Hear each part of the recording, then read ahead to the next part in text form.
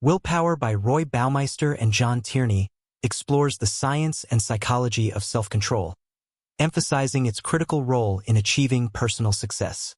The authors present willpower as a finite resource, like a muscle, which can be strengthened over time but also fatigued with overuse.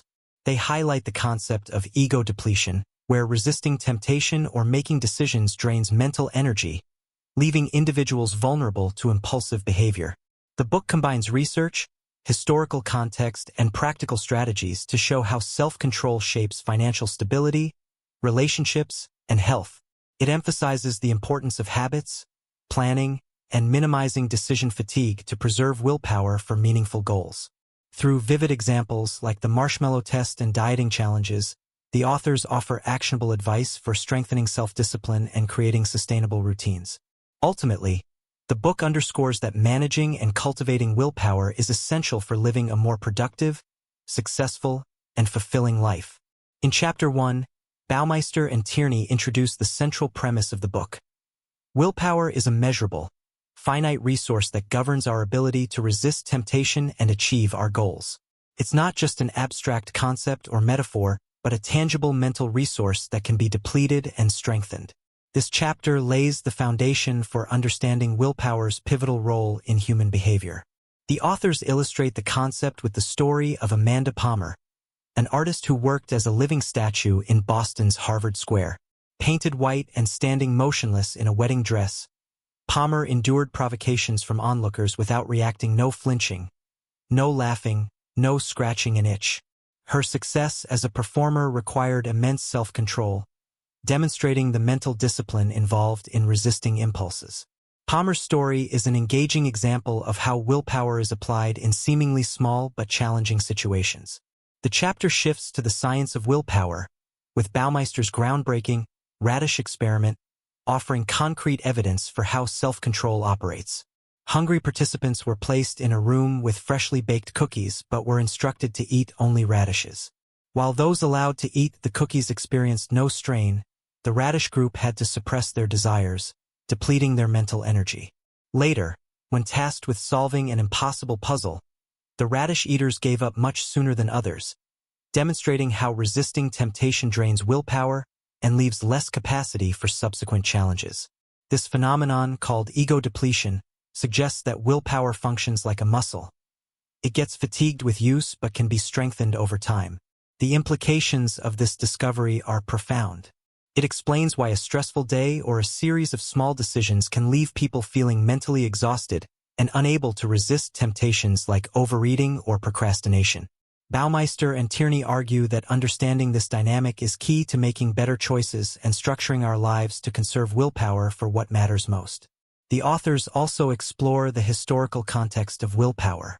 In Victorian times, self-control was seen as the cornerstone of personal success and moral character.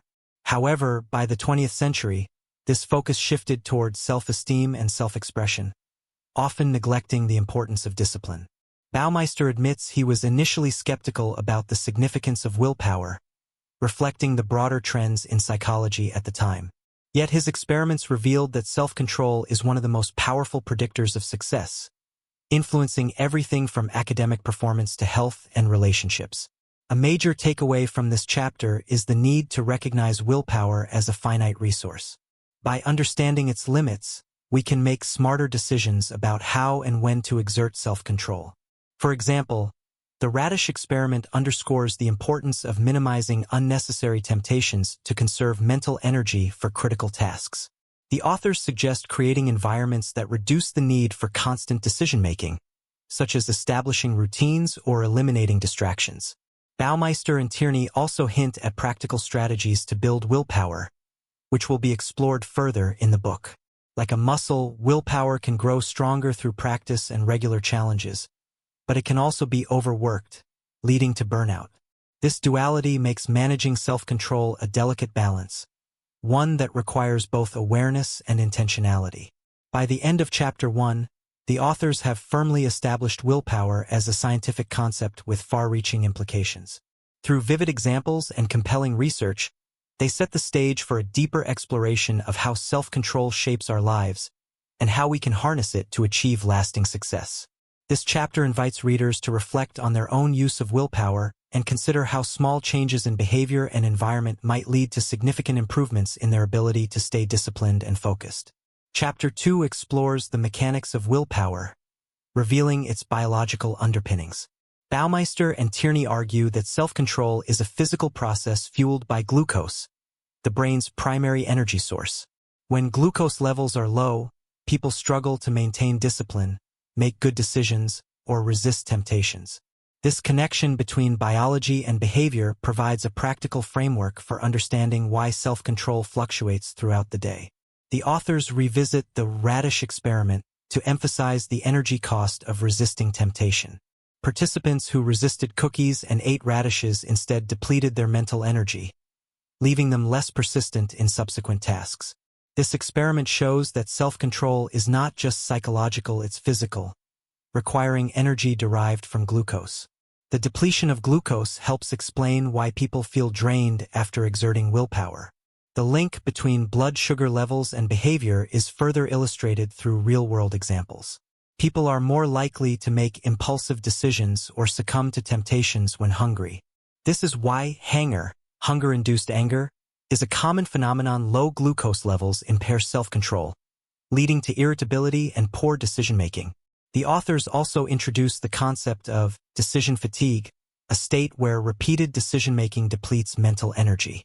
For example, judges are more likely to grant parole early in the day when their glucose levels are stable, but as the day progresses and their mental energy wanes, they are less likely to approve parole requests.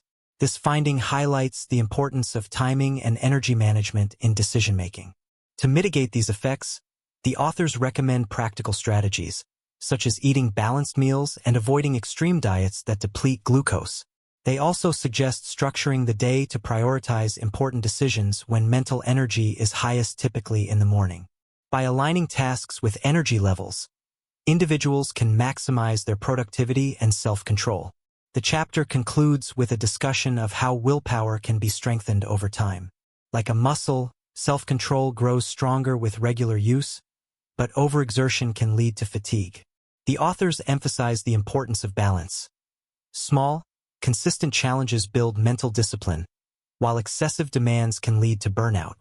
In Chapter 3, Baumeister and Tierney explore the relationship between willpower and organization, specifically how structured planning, such as to-do lists, helps conserve mental energy. The chapter delves into the historical and psychological importance of planning as a tool to enhance self-control and reduce decision fatigue.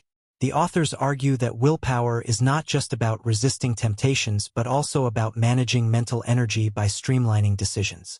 To-do lists, habits, and systems become essential tools for preserving willpower.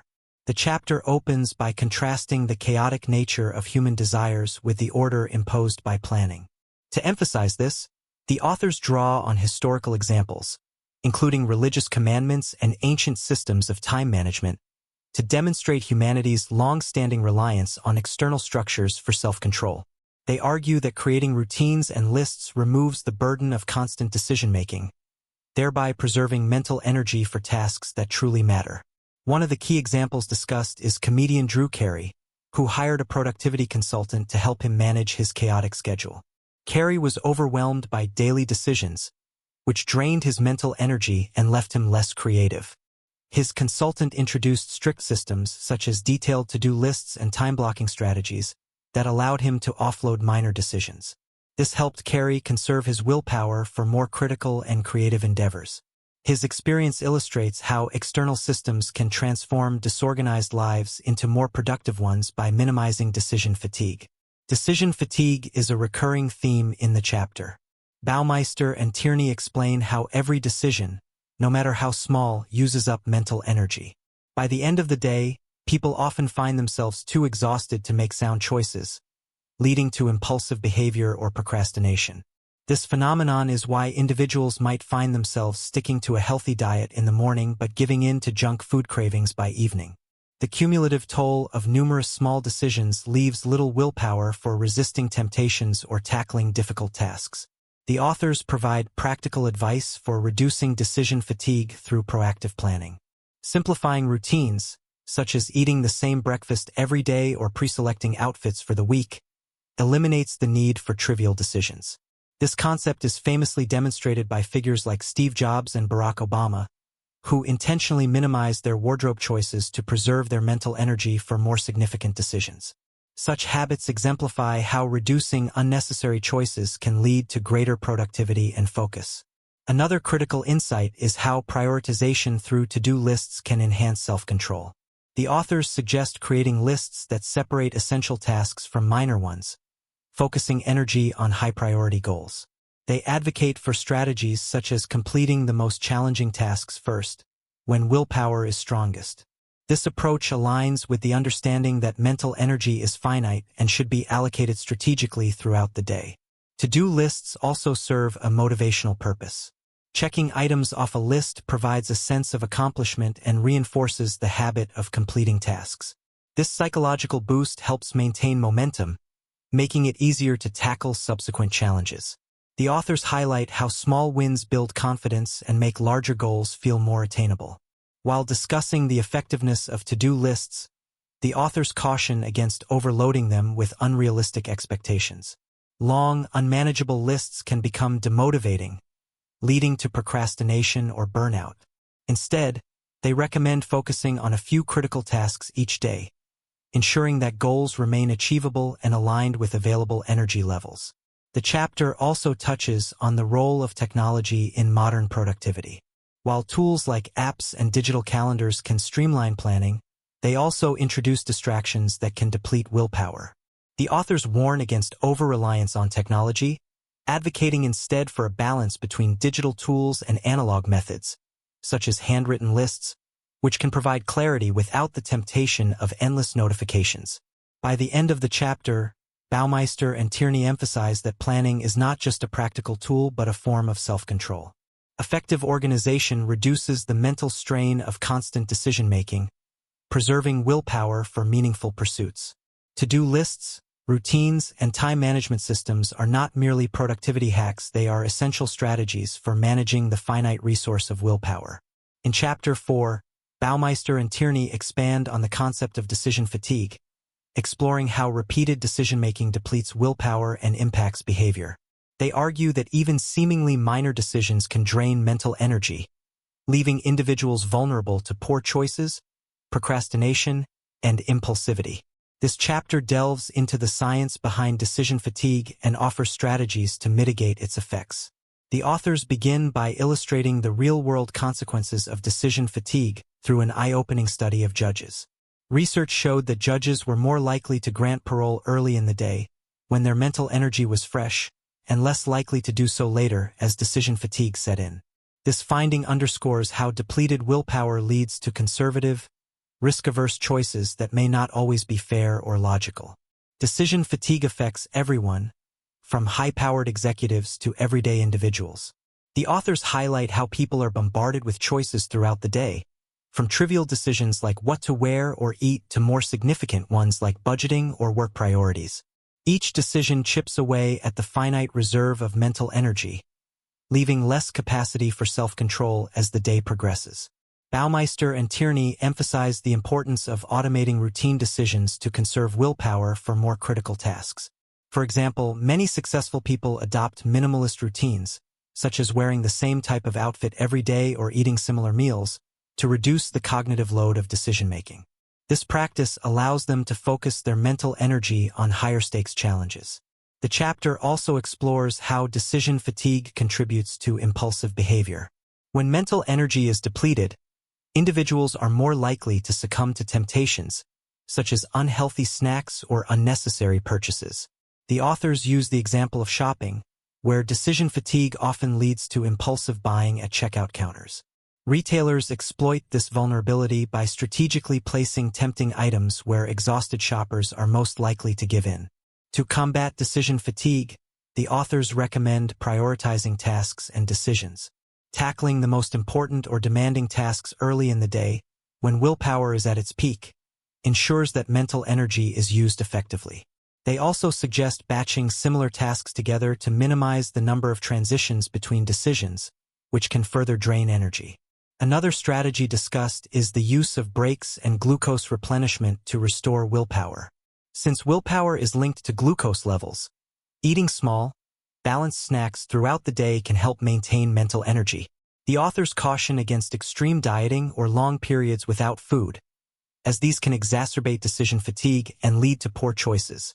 Baumeister and Tierney also emphasize the importance of recognizing when decision fatigue is affecting behavior.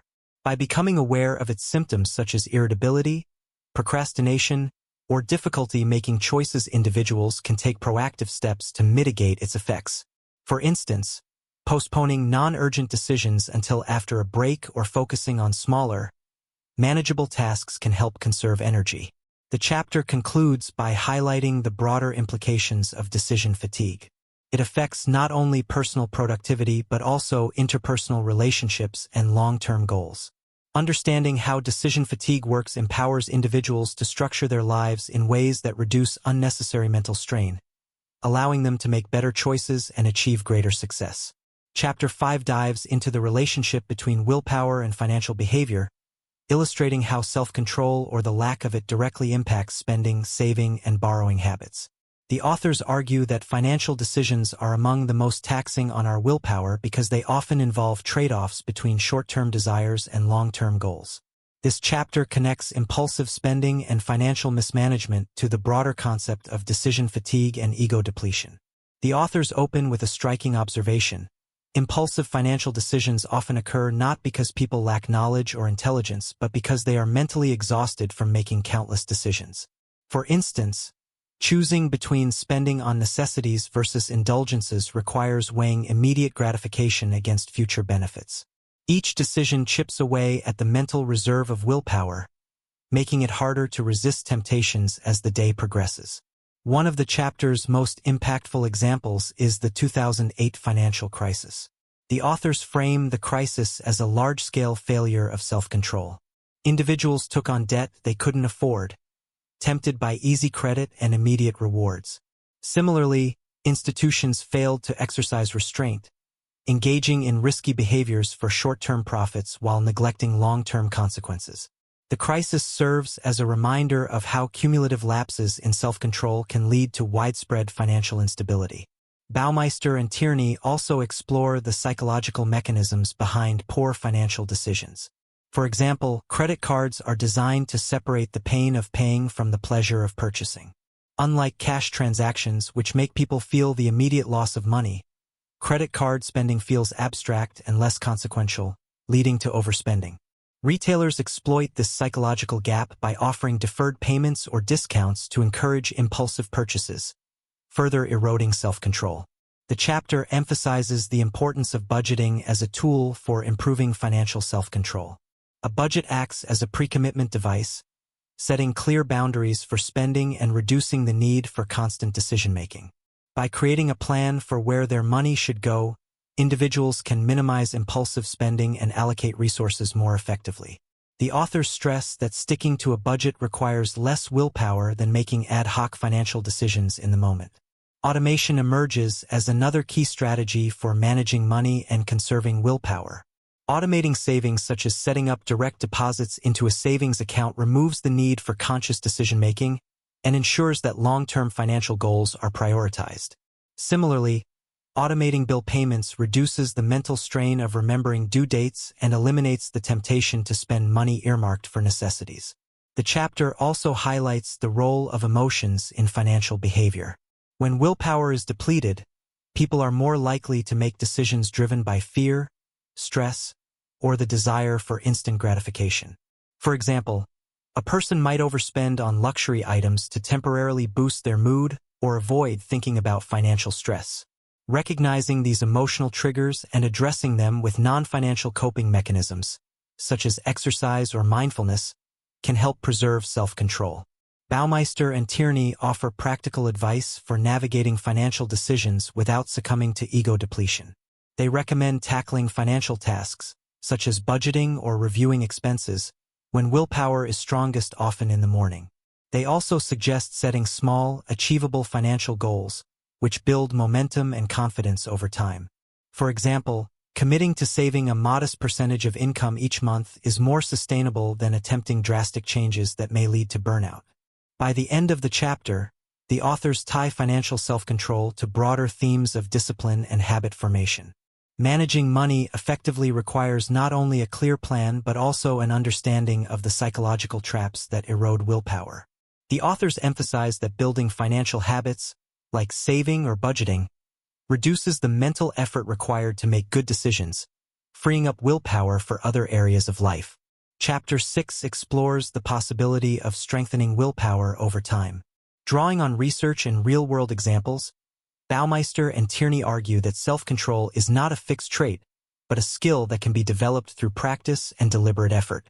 They liken willpower to a muscle that grows stronger with regular use but can also become fatigued if overexerted. The authors begin by discussing how small, consistent challenges can improve self-control. For example, studies show that practicing good posture or using non-dominant hands for simple tasks can enhance willpower in unrelated areas of life. These activities require conscious effort and discipline, gradually building mental endurance. This phenomenon, known as the spillover effect, suggests that exercising self-control in one domain strengthens it across the board. Baumeister and Tierney also emphasize the importance of setting realistic and incremental goals when building willpower. Taking on overly ambitious challenges can lead to burnout, especially if they require constant vigilance. Instead, they recommend starting with manageable tasks that can be integrated into daily routines. For instance, committing to flossing daily or keeping a tidy workspace can serve as small but impactful ways to practice self-control. The chapter introduces the concept of pre-commitment as a strategy for conserving willpower. Pre-commitment involves making decisions in advance to reduce the temptation of impulsive choices. Examples include setting automatic savings plans, meal prepping to avoid unhealthy eating, or using software that limits access to distracting websites during work hours. By reducing the number of decisions people need to make in real time, pre-commitment helps preserve mental energy for more significant challenges. The authors caution against overusing willpower, which can lead to ego depletion. They stress the importance of rest and recovery, both physically and mentally. Activities such as sleep, balanced nutrition, and relaxation help restore the mental resources needed for self-control. Baumeister and Tierney argue that recognizing the signs of ego depletion such as irritability, impulsivity, or difficulty concentrating is crucial for managing energy levels effectively. Another key insight from this chapter is the role of positive reinforcement in strengthening willpower.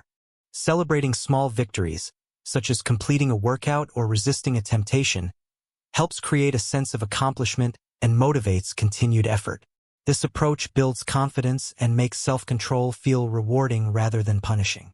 The authors also discuss the long-term benefits of habit formation. Once a behavior becomes automatic, it requires little to no willpower to maintain. For example, brushing your teeth or driving to work along a familiar route doesn't drain mental energy because these actions have become ingrained habits. Baumeister and Tierney argue that the ultimate goal of willpower training is to turn disciplined actions into effortless routines, freeing up mental energy for new challenges. The chapter concludes by reinforcing the idea that willpower is a renewable and trainable resource. By practicing small acts of self-control, using pre-commitment strategies, and prioritizing rest, individuals can strengthen their mental resilience over time. Baumeister and Tierney leave readers with a hopeful message. Anyone can improve their self-control with consistent effort and thoughtful planning. Chapter 7 examines how willpower can be applied and maintained in extreme situations, particularly those involving high stress, danger, or life-threatening circumstances. The authors use gripping stories of survival to illustrate how individuals rely on self-control not just to make rational decisions but also to manage emotions and maintain focus. Through these narratives, Baumeister and Tierney explore how discipline and planning help people endure and overcome even the most harrowing challenges. One of the most notable examples in this chapter is the story of Henry Morton Stanley, the 19th century explorer famous for leading expeditions across Africa under brutal conditions. Stanley's ability to maintain self-discipline and inspire his crew during grueling treks is a testament to the power of willpower.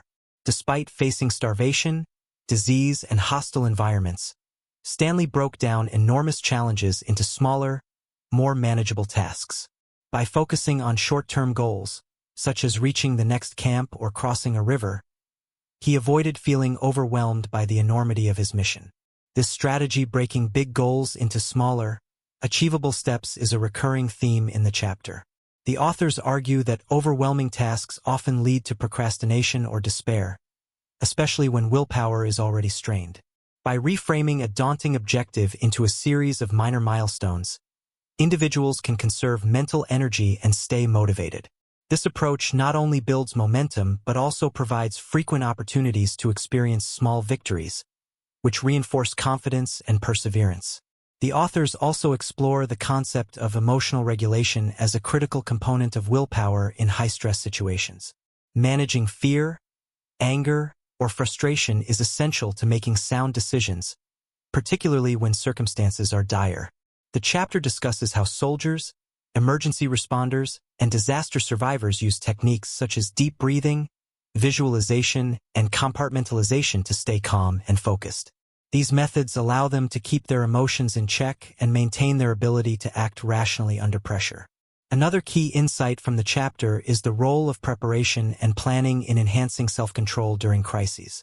The authors highlight the importance of building habits and routines that can be relied upon when willpower is depleted. For example, pilots undergo rigorous training to make certain actions like following safety protocols automatic, reducing the need for conscious decision-making in high-stakes situations. This principle applies to everyday life as well. Having well-established routines for tasks like exercise, work, or meal preparation can help people maintain discipline when they're tired or stressed. Baumeister and Tierney also discuss the importance of preserving willpower through strategic energy management. In extreme situations, prioritizing essential tasks and conserving energy for critical moments can mean the difference between success and failure. The authors suggest that learning to recognize when mental energy is running low and taking steps to recharge, whether through rest, glucose replenishment, or emotional support, can help individuals sustain their self-control over time. The chapter also touches on the dangers of overconfidence in one's ability to maintain self-control. Baumeister and Tierney warn that people often overestimate their capacity to resist temptation or make rational decisions in stressful situations. This overconfidence can lead to risky behaviors or poor planning, which may deplete willpower prematurely. The authors advocate for humility and self-awareness as tools for managing expectations and preparing for inevitable lapses in self-control. The chapter concludes by emphasizing that while willpower is essential for survival and success in extreme circumstances, it is not an infinite resource. Those who thrive in high-stress environments do so by using their self-control strategically, focusing on what they can control, and relying on preparation, habits, and emotional regulation to navigate the challenges they face. By applying these principles, anyone can develop the resilience and discipline needed to overcome adversity. This chapter explores the role of faith, belief systems, and external frameworks in strengthening willpower. The authors examine how surrendering to a higher power or an external set of rules can alleviate the cognitive burden of self-control, enabling individuals to resist destructive behaviors and make lasting changes. Through the examples of musician Eric Clapton and author Mary Karr, the chapter illustrates how structured programs like Alcoholics Anonymous, AA, leverage these principles to help people overcome addiction. Eric Clapton, one of rock music's most iconic figures, struggled for years with alcoholism and drug addiction. He credits his eventual recovery to the 12-step program of AA, which emphasizes surrendering control to a higher power. Similarly, Mary Karr, a celebrated memoirist, found sobriety through the same program. Both individuals highlight how giving up the illusion of complete control paradoxically helped them regain their lives. The authors argue that externalizing the responsibility for self-control, whether to a deity, a support group, or a structured system, can relieve the mental strain of constantly battling temptation. Baumeister and Tierney explain that belief systems and rituals reduce decision fatigue by providing clear rules and frameworks for behavior. For example, AA's 12-step program eliminates ambiguity about what actions are acceptable, creating a straightforward path to follow. By outsourcing decisions to an external authority, participants conserve their willpower for resisting urges and staying on track. This approach contrasts sharply with relying solely on internal discipline, which can quickly become exhausting. The The chapter also delves into the psychological benefits of faith and community support. Believing in a higher power or simply being part of a supportive group provides emotional reassurance and reduces feelings of isolation. These factors bolster self-control by enhancing motivation and providing a sense of accountability. When individuals feel supported and guided, they are more likely to persevere in the face of challenges. Baumeister and Tierney highlight how rituals and routines, often rooted in faith, help individuals sustain willpower. Practices like prayer, meditation, or daily affirmations create moments of reflection and renewal, which recharge mental energy. These rituals also reinforce the values and commitments that guide behavior, making it easier to stay disciplined over time. The authors emphasize that the power of belief doesn't necessarily depend on religion. Even secular systems that provide structure and accountability, such as therapy, coaching, or productivity tools, can achieve similar results. The key is the externalization of responsibility, which reduces the cognitive load of self-control and creates a sense of order and purpose. The chapter concludes by stressing the importance of finding a system or framework that resonates personally. Whether through faith, community, or structured programs, individuals can tap into external resources to strengthen their willpower and achieve their goals. The authors encourage readers to seek out supportive environments and routines that align with their values and help them stay disciplined. Chapter 9 shifts focus to the role of self-control in childhood development, contrasting its long-term benefits with the more culturally popular emphasis on self-esteem. Baumeister and Tierney argue that fostering self-discipline in children is far more critical for their future success than simply boosting their confidence. Through a combination of research, historical context, and practical advice, this chapter highlights why teaching self-control early in life is one of the best gifts parents can give their children. The chapter begins by revisiting the famous Marshmallow Test, conducted by psychologist Walter Mischel in the 1960s. In this experiment, children were given a choice: eat one marshmallow immediately or wait 15 minutes to receive 2 marshmallows. Decades later, follow-up studies revealed that the children who had delayed gratification scored higher on academic tests, maintained healthier relationships, and were generally more successful as adults. The authors used this experiment to underline the critical link between early self-control and lifelong achievement. Baumeister and Tierney argue that self-control is a more reliable predictor of success than IQ or self-esteem. While confidence may help children feel good about themselves, it doesn't provide the tools needed to resist temptations or persist in the face of challenges. Self-discipline, on the other hand, equips children to make better choices, manage their emotions, and work toward long-term goals. The authors highlight that an overemphasis on boosting children's self-esteem can sometimes backfire, leading to entitlement and a lack of resilience when they face setbacks. One of the practical insights offered in this chapter is the importance of teaching children to manage their emotions and impulses. For example, encouraging children to pause and think before acting helps them develop the mental habits necessary for self-regulation. Parents can also model self-control by demonstrating patience, discipline, and delayed gratification in their own behavior. These lessons are often absorbed indirectly by children, who learn by observing the adults around them. The authors emphasize the role of routines and rules in fostering self-discipline. Establishing consistent schedules, such as designated times for homework or chores, helps children develop habits that reduce the need for willpower. Over time, these routines become ingrained, allowing children to operate with less mental effort. Baumeister and Tierney also highlight the value of setting clear expectations and boundaries, which provide children with a sense of structure and accountability. Rewards and positive reinforcement are also discussed as tools for encouraging self-control. The authors suggest using small, immediate rewards to motivate children in the short term while helping them understand the benefits of delaying gratification. For instance, offering praise or a small treat after completing homework reinforces the connection between effort and reward, making it easier for children to internalize the value of discipline. The chapter also touches on the importance of balancing discipline with autonomy. While rules and routines are essential, children should also be given opportunities to make decisions and learn from their mistakes. This balance helps them develop the confidence and critical thinking skills needed to apply self-control independently. Overprotective parenting or micromanagement can undermine this process, leaving children unprepared to face challenges on their own. Baumeister and Tierney conclude the chapter by emphasizing that building self-control in children is an investment in their future. The benefits extend far beyond academic success, influencing everything from health and finances to relationships and personal happiness.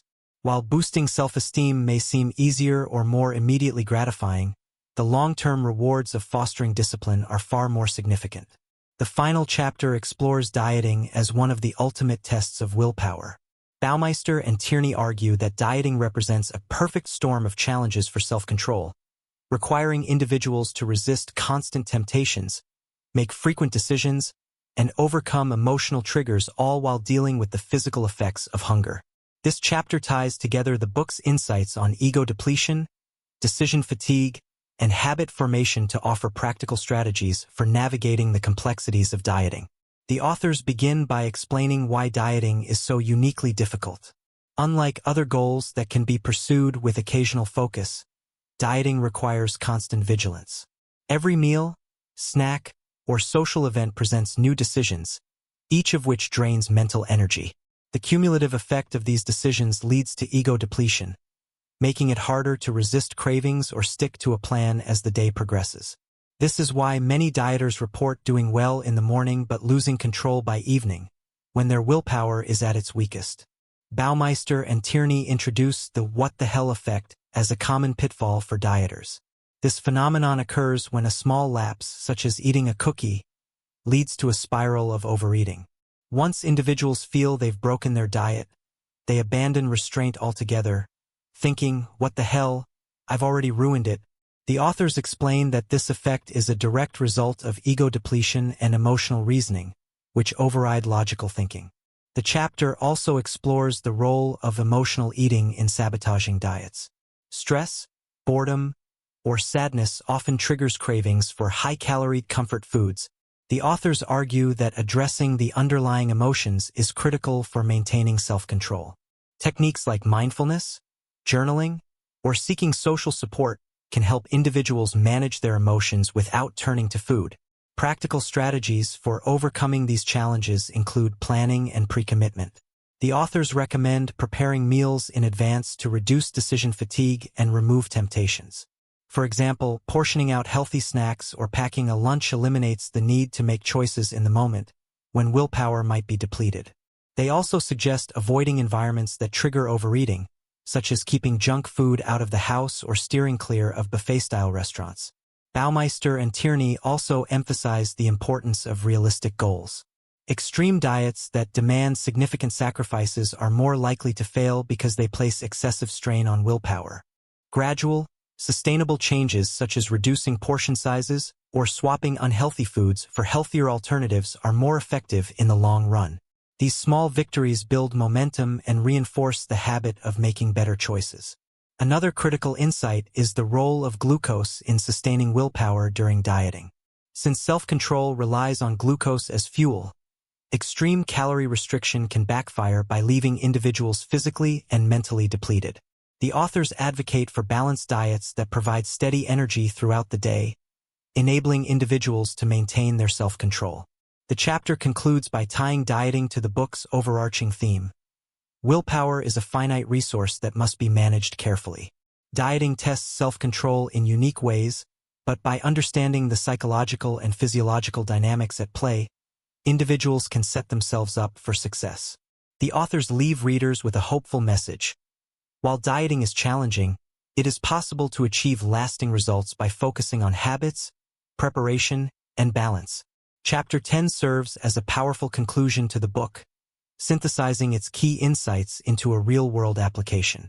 By addressing the challenges of dieting, the authors provide a practical demonstration of how understanding and managing willpower can lead to meaningful and sustainable change. This final chapter reinforces the book's central message. Self-control is a skill that can be cultivated to overcome life's most persistent challenges. In the conclusion, Baumeister and Tierney synthesize the book's central insights and offer a hopeful vision for how individuals can make the most of their willpower. They emphasize that while willpower is finite, its effective use can lead to substantial personal growth and success. The key is to conserve mental energy by simplifying decisions, building habits, and creating environments that minimize temptations. The authors stress the importance of balance, using willpower strategically while also allowing for recovery and replenishment. By automating decisions, such as meal prepping or establishing routines, people can free up mental energy for high-priority tasks. They also highlight the role of glucose in sustaining self-control, encouraging a balanced diet and regular breaks to keep energy levels steady. Baumeister and Tierney conclude with an optimistic message. Willpower can be strengthened like a muscle through consistent practice and small challenges. By understanding its limits and working smarter, not harder, individuals can achieve their goals with less strain. This approach underscores the book's central theme. Mastering self-control isn't about willpower alone, but about creating systems that make success easier to achieve.